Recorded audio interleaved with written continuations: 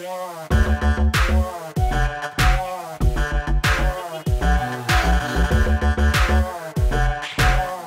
right, welcome everybody, welcome. Today we are back with another FPTV behind the scenes video, which we are going over the heads-up display video that we shot last week. So this is a pretty fun video to make. I've always wanted to do a heads-up display in the similar vein of Iron Man or 2001: A Space Odyssey. Gauge heads-up display. Check. 4-door preferences from home interface. Will do so.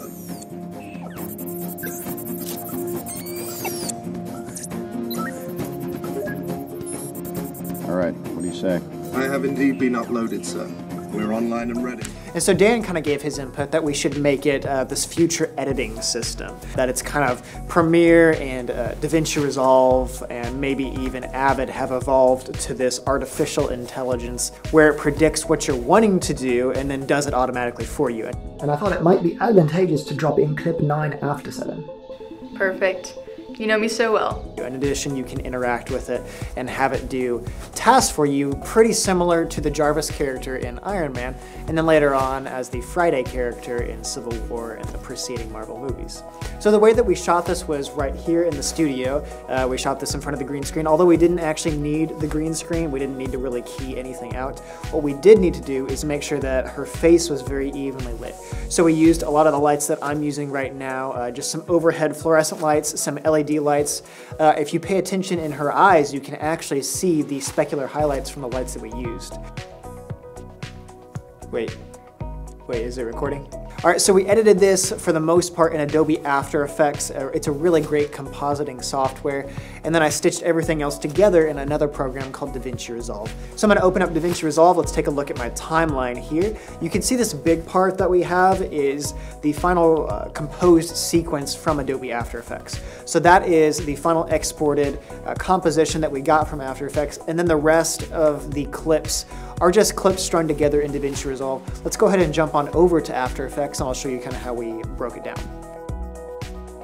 So one of the most important things about the Iron Man HUD, I think, is the Z-space orientation of the different elements. And what I mean by that is if you remember back to, let's say, 3rd or 4th grade math where you were having to graph different numbers, different plots and points on lines, you had the x-axis, which was horizontal, the y-axis, which was vertical. So z-axis, or z-axis, as it's sometimes called, is correlating from me to you. There's about a 10-foot gap between me and the camera right now. And what we had to do was actually recreate that in editing software. Is it any surprise that I'm using my notepad? You guys know I can't memorize all this kind of stuff at the same time. So what that actually looked like in terms of building all the assets was really, it wasn't that hard. All I had to do was just make a bunch of different shapes, feather them, blur them out a little bit to kind of keep that organic nature of the entire HUD. And then the next part was just changing the Z-space orientation and position of said blocks, of said shapes. And this really gives a cool three-dimensionality to the heads-up display and really helps mimic that actual Tony Stark Iron Man HUD type of look that they get so often in the movies. Yeah, tell you what, do a weather and ATC check, start listening in on ground control. Sir, there are still terabytes of calculations needed before an actual flight is a Jarvis, sometimes you gotta run before you can walk. So after I designed all of the different widgets and all of the different portions of video that's going to be flying around her face in the heads-up display, the next part was, of course, to actually import the footage and begin the tracking process. Like I said, we really didn't need to use the green screen for this. We didn't need to key anything out. All I had to do was pen tool around her face, make a mask, shrink the expansion of it a little bit, and then feather it back out to give it that kind of glowing effect. And then After Effects has a really fantastic mask face tracker that I used. So it's just right-clicking on the mask, track mask, and then you want to make sure in that drop-down that you're onto the face tracking option. And then once that process is done, you're going to get a lot of different points, and these points are awesome. You can parent whatever you want to these individual points. I used the nose point because I thought that everything was going to be going on in between her nose and the camera. So I made another null, parented it directly to the nose tip point, made it 3D, and then from there, all you really have to do is import your different compositions and then parent them to that nose null, that front null that we were just using.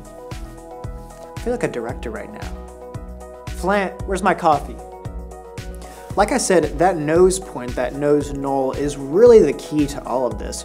Without that, you're not gonna have anything to parent your layers to.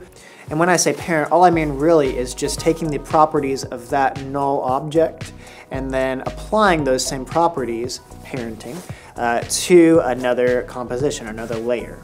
Once we've done that, it's just turning motion blur on, and you can always kind of mess with the different positions. In addition to the regular motion of her head kind of going back and forth, I also just kind of whipped some of those widgets around as I saw fit. So you'll notice that the timeline actually moves from the right side of her face to the left and then back, kind of like in almost a windshield wiper type of pattern. So Flint didn't get me my coffee. I had to go get it myself. I say coffee, this is water.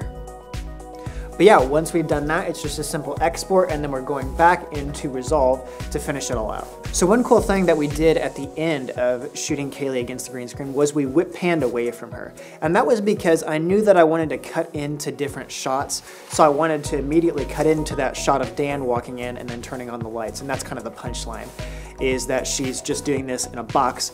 And to really kind of sell that, I didn't really want to cut. Now in the end, I did end up cutting, but we did it as the camera is whipping and panning from one object to another object. So we start on Kaylee in the HUD, we whip over to Dan, then we whip back to Kaylee, then back to Dan, and then back to Kaylee. All those are individual shots, and you can actually see them here as individual edit points. The cool thing about them is that because the cuts are actually done as we're whipping into and out of different shots, you really can't tell that they're cuts at all. It just looks like one long continuous cut. It's good agua. And then after that, we just layered in some music, which Dan Robinson composed for us, which sounded awesome. A couple little different effects and everything. And then, of course, the artificial intelligence voice of Sorexa, which was me, was layered in on top. And that was really simple, just some modulation done to it, reverb, and then a flanger as well, just to kind of give it that techie type of robotic voice. And I thought it might be advantageous to drop in clip 9 after 7. Perfect. You know me so well. Oh, I just realized that my hair is like falling down. Is that better? So then of course we have FPTV logo and then credits. Thank you guys so much for watching this. It was super fun to get to work on this video, and I hope you kind of learned a little bit from this behind the scenes. Once again, you can create stuff just like this with all the equipment and all the resources here available at FPTV. We hope to see you soon at the station. Thank you so much for watching, and I hope you have a wonderful day.